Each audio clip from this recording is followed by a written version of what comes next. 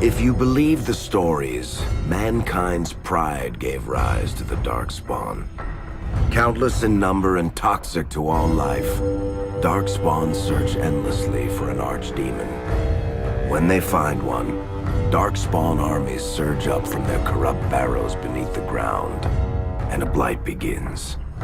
Grey Wardens are the only warriors capable of destroying an archdemon, and history always honors the one who sacrifices all to kill the beast. In the fifth blight, the Warden was the hero of Ferelden, youngest child of Ferelden's powerful Terran Cousland. Betrayal saw the Cousland's ancestral castle burn, and the Terran and his wife slain. Duncan, a Grey Warden, helped the young noble escape to a new life with the Wardens. The allied Ferelden and Grey Warden forces met in Ostagar, where King Kaelin's armies and a host of Wardens gathered, ready to destroy the Darkspawn. But valor turned to despair as Loghain betrayed his king. Kaelin's forces were slaughtered, and the South was lost. The hero, now a full-fledged Grey Warden, survived with the aid of Flemeth, the mysterious witch of the wilds. Joined by Flemeth's daughter, Morrigan, and a Grey Warden named Alistair, the hero set out to build an army strong enough to abolish the Blight. With the traitorous Loghain now seated on Ferelden's throne, the Warden sought help from the influential Arl Eamon of Redcliffe.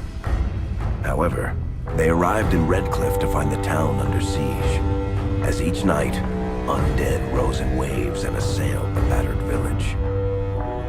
With the hero's help, the people of Redcliffe stood fast against the undead horde. The Wardens reached Arl Eamon's castle only to find the Arl lying at the edge of death, and his court fallen into madness. To save his father's life, Eamon's young son, Connor, had made a deal with a demon, and quickly fallen victim to its possession. The hero intervened, freeing Connor from possession and breaking the demon's hold over Redcliffe. But deals with demons are never straightforward. The demon agreed only to save Eamon's life, not restore him to health. Arl Eamon needed a miracle to recover. The hero located an urn containing the sacred ashes of Andraste, which were said to cure any ailment. The urn was protected by ancient traps, tests of will, and a dragon-worshipping cult that wanted to twist the urn's power to its own ends. The urn remained pure, but mysteriously disappeared after the Wardens departed. Only the temple dedicated to it still stands. With a pinch of the ashes, the hero restored the Arl to health. Informed of Loghain's treachery, Eamon swore his political and military support. The circles of Magi are bound by oath to aid the Grey Wardens in times of blight. However, Lake Calenhad's tower could offer little help. One of its mages, Uldred, had become possessed by a pride demon and was twisting other circle mages into abominations. The hero fought to the top of the tower and defeated Uldred, saving the remaining mages. Grateful for their lives, the mages joined the Warden's army. The allies gained at the circle were not the only soldiers to join the Warden's forces, however. Dalish elves don't usually make alliances, but even deep hatred can be set aside in the face of oblivion. An ancient curse was destroying Ferelden's largest Dalish clans, turning the elves into werewolves. Zathrian, the clan's keeper, claimed that the cure required the heart of the great wolf, Witherfang. Years before, Zathrian himself had afflicted a group of humans with the curse that now ravaged his clan. As long as he lived, the curse endured. The hero freed the werewolves from the long-standing curse, and the Dalish joined the Warden's forces. Blights may happen hundreds of years apart, but the dwarves who live below the surface of Thedas fight Darkspawn every day. No one is better schooled in battling Darkspawn than the warriors of Orzammar, except perhaps their allies of old, the Grey Wardens. The hero arrived in Orzammar in the wake of King Endrin's death to find political factions fighting for control of the dwarven capital. Only the vote of a venerated paragon could break the deadlock to elect a ruler, and order the dwarves to honor their Grey Warden treaty and join the battle against the New Blight. The hero set off to find a paragon named Branka, who had disappeared into the Deep Roads in search of a legendary artifact, the Anvil of the Void, created by the renowned smith Caridin to forge mighty war golems.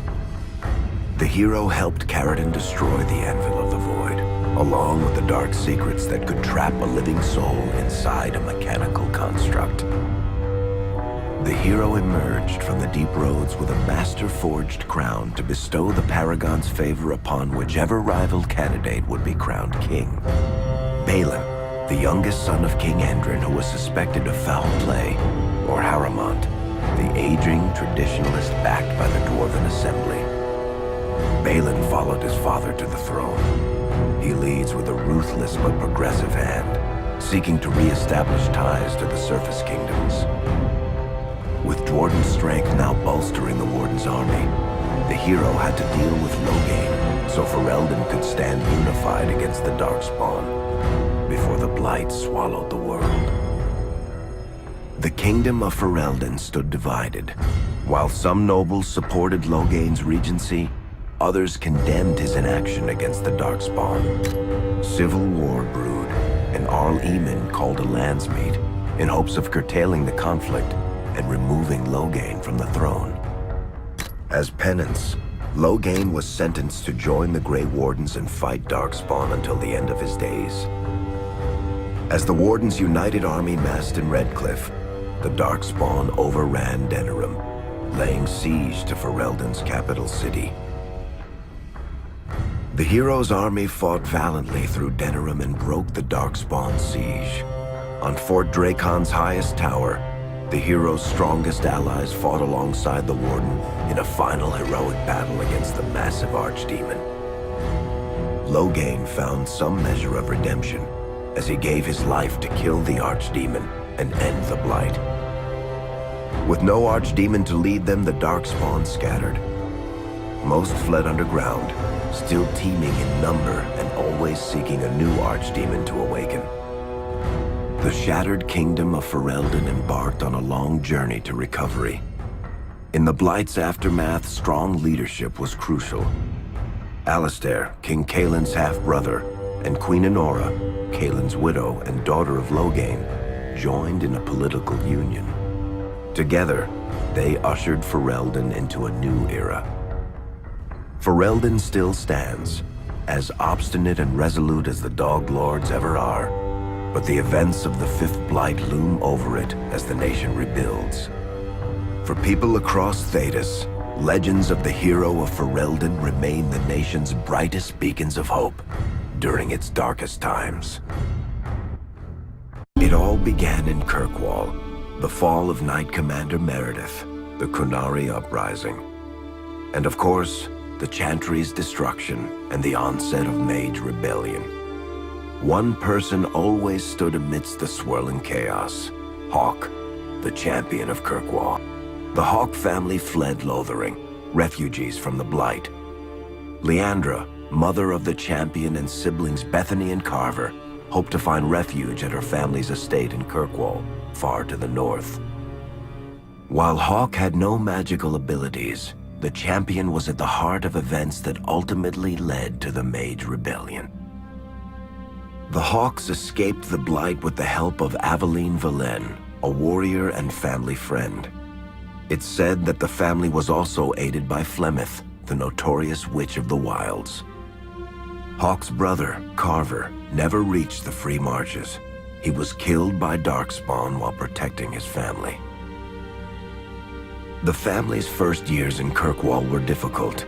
Leandra's brother Gamlin had lost the family fortune. The Hawks lived in poverty, forced to indenture themselves in return for entrance to the city.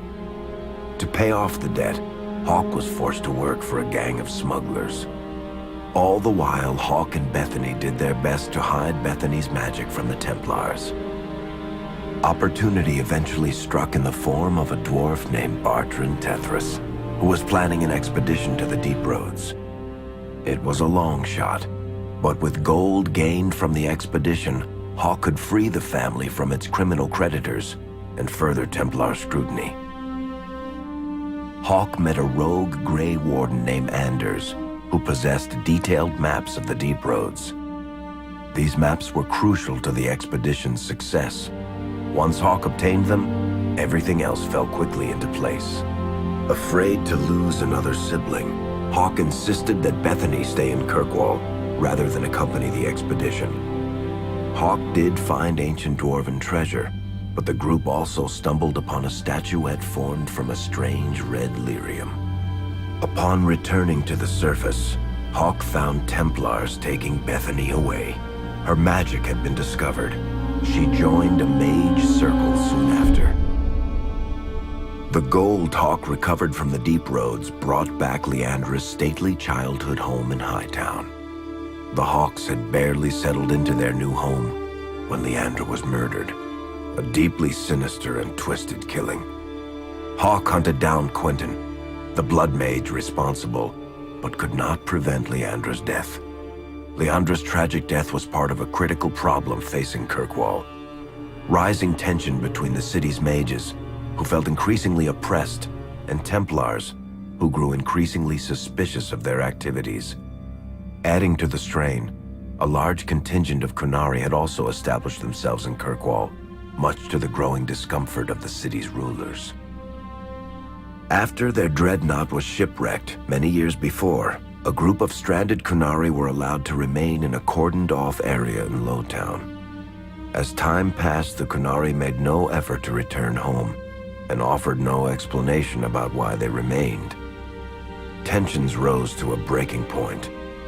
Revered Mother Patrice, convinced the Qunari were a threat to the Chantry's faith, incited violence between the Qunari and the Kirkwall populace.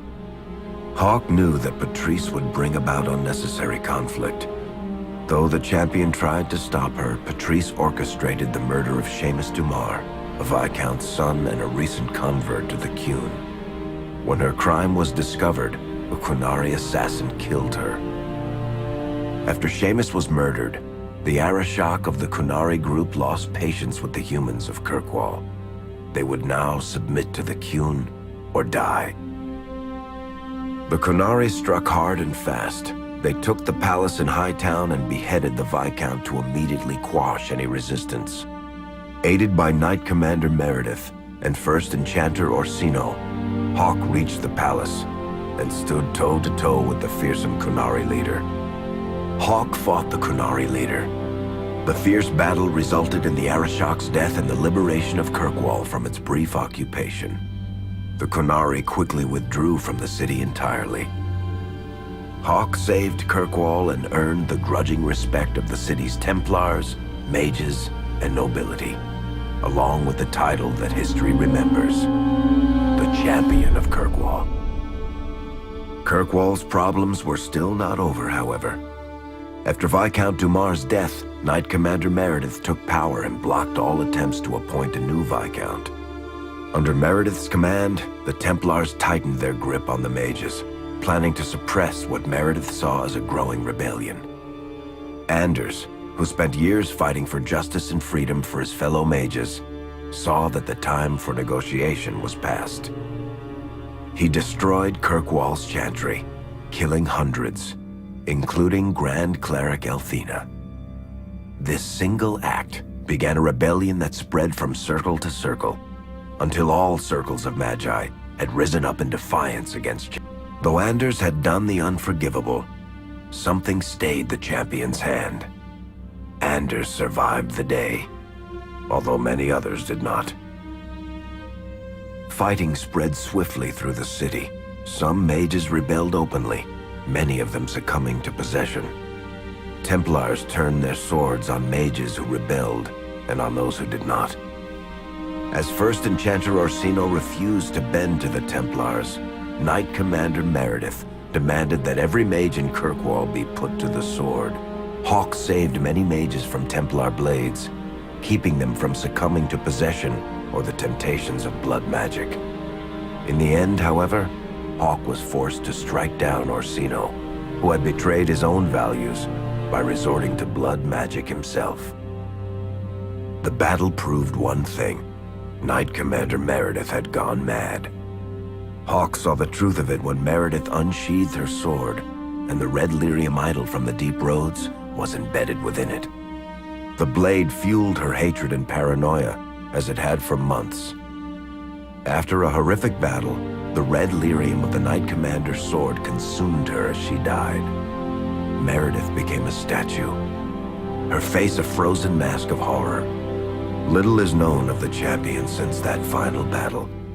However, Hawk's story lives on in legend and song. Memories of the indelible changes the champion of Kirkwall brought to the face of Thedas.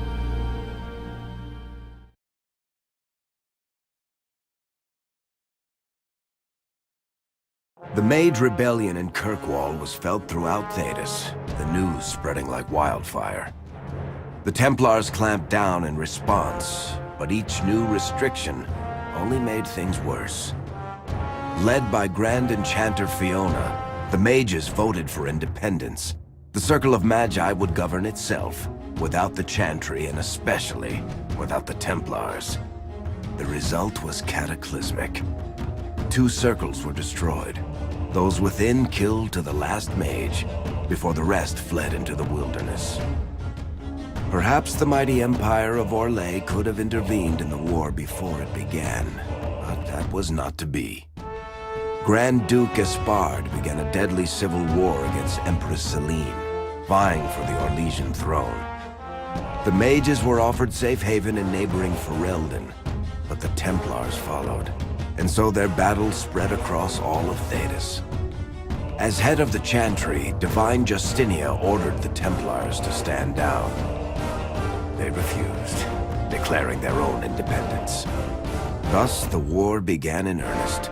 Templars hunting mages, mages fighting Templars. Their clashes wreaked untold destruction, and all sense of order was falling to pieces.